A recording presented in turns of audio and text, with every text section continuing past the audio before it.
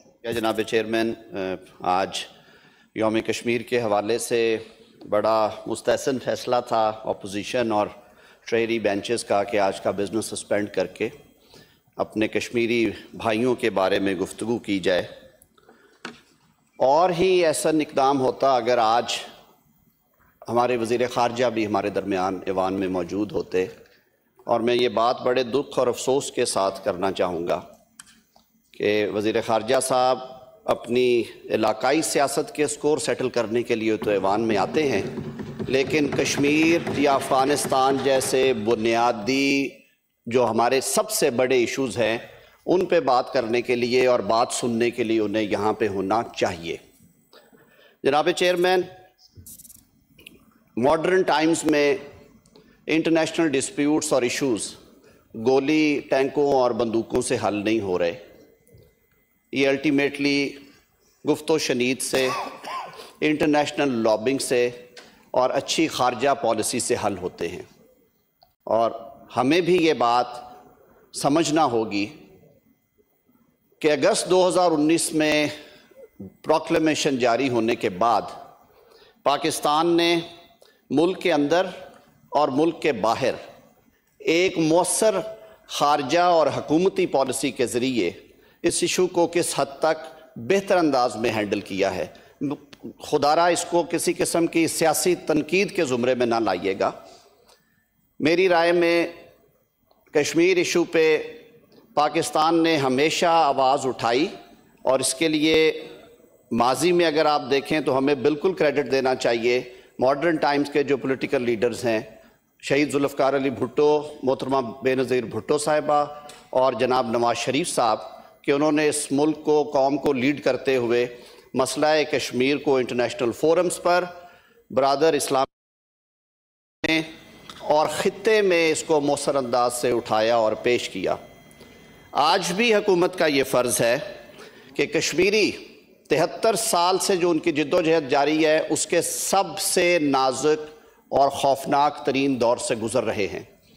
लेकिन जब हम अपने दामन में झांकते हैं तो हमारी यहाँ की जो मजबूरियाँ, मुल्क के अंदर की जो सियासी मसलतें हैं, मुझे तो जनाब चेयरमैन ये कहने में कोई आर नहीं महसूस होता कि मसला कश्मीर जैसे और एक मुतफ़िका जो हमारा एजेंडा है उस पे भी मुझे कभी कभी डिवीजन नज़र आती है। क्यों नज़र आती है सियासत के तालिब इल्म के तौर पे कि पिछले 3 बरस से अगस्त 2019 से लेके आज तक हुकूमत और अपोजिशन ने एक जगह पे बैठ के और पाकिस्तान भर की सियासी क़यादत को एक जगह पे इकट्ठे करके सर जोड़ के पाकिस्तान की आवाज़ क्या होनी चाहिए, पाकिस्तान के इक़दामात क्या होने चाहिए, पाकिस्तान की खारिजा पॉलिसी कश्मीर इशू पे क्या होनी चाहिए, उस पे अनफॉर्चुनेटली हमने बात नहीं की।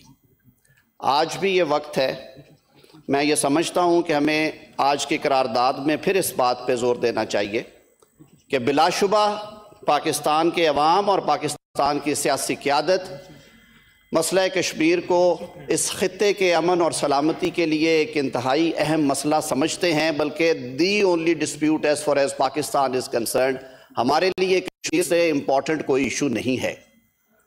और उसके लिए जो माजी में हो गया उसको छोड़ते हुए हमें अभी भी ज़रूरत है कि खारजा महाज के ऊपर हम ऐसे लाहे अमल मुरतब करें कि हमारी आवाज़, पाकिस्तान के 22 करोड़ आवाम की आवाज़ हुकूमत वक्त के ज़रिए और जो हमारे सीजन पार्लियामेंटेरियंस हैं, इस ऐवान में भी मौजूद हैं, कौमी असम्बली में भी मौजूद हैं और वो लोग भी हैं जिन्होंने बतौर वज़राए ख़ारिजा या जो इस इशू के ऊपर थिंक टैंक्स के तौर पे काम करते रहे। हमारे पास बहुत बड़ी शख्सियात हैं।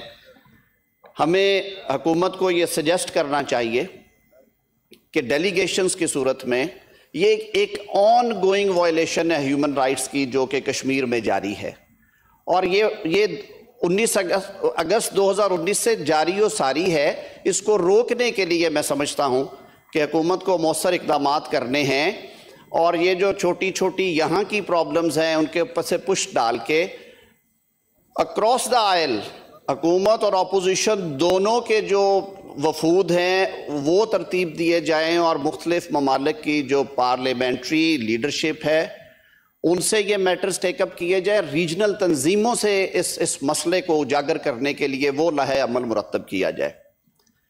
جناب چیئرمین، ایک مضبوط اور دیانتدار اور ویژنری قیادت ملکوں کی تقدیر بدلتی ہے، لیکن وہ قیادتیں صرف نعرے لگانے سے نہیں آتی. اس کے لیے آپ کو اپنے عمل سے، اپنے اقدامات سے رستے بنانے پڑتے ہیں. بطور پاکستانی مجھے کل پھر دکھ ہوا جب ہمسایہ ملک چین میں میرے ملک کے وزیر اعظم گئے اور ان کا استقبال پاکستان کے سفیر نے کیا. کیا ہمیں اپنے دل جھانکنا چاہیے کہ وہ کون سی وجوہات ہیں کہ ہم خطے میں بھی اپنے آپ کو دن بدن تنہا کر رہے ہیں. سیاست سے ہٹ کے بات کروں گا جناب چیئرمین. آج ہم نے بہت اچھا کیا جو اس ٹاپک پہ بات چیت شروع کی، لیکن یہ صرف باتوں سے نہیں ہوگا. میں زیادہ وقت نہیں لوں گا، آپ کی وارننگ میرے سامنے ہے. ہمیں اس مسئلے کو ہر فورم پہ اٹھانا ہے اور جو ماضی میں غلطیاں ہوئی ہیں سر ان کا بھی تدارک کرنا ہے.